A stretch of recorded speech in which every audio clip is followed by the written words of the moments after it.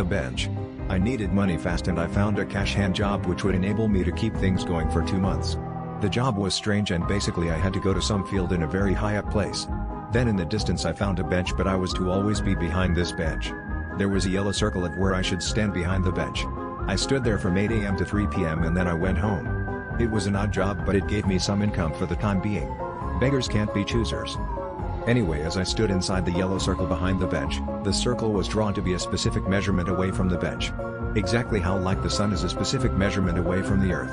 I decided to just step out of the circle where I was much closer to the bench, and people jogging on the field who were further down from the bench, they started screaming. Then I stepped back into the circle and the joggers wiped their eyes as if they were seeing things.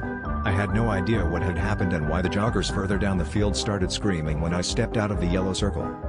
Then I stepped out of the yellow circle again and people started screaming.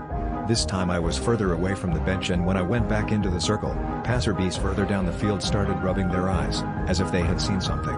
Something was off and I couldn't tell what it was. My curiosity was getting the better of me and I needed to see why people were screaming when I stepped out of the yellow circle.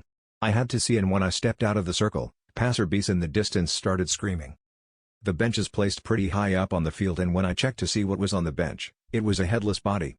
When I stood on the yellow circle, it gave an illusion from far away that my head was on the headless body's head.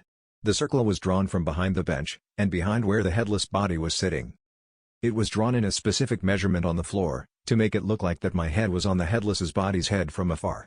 When I stepped out of the circle, it broke the illusion. Then the headless body had been taken.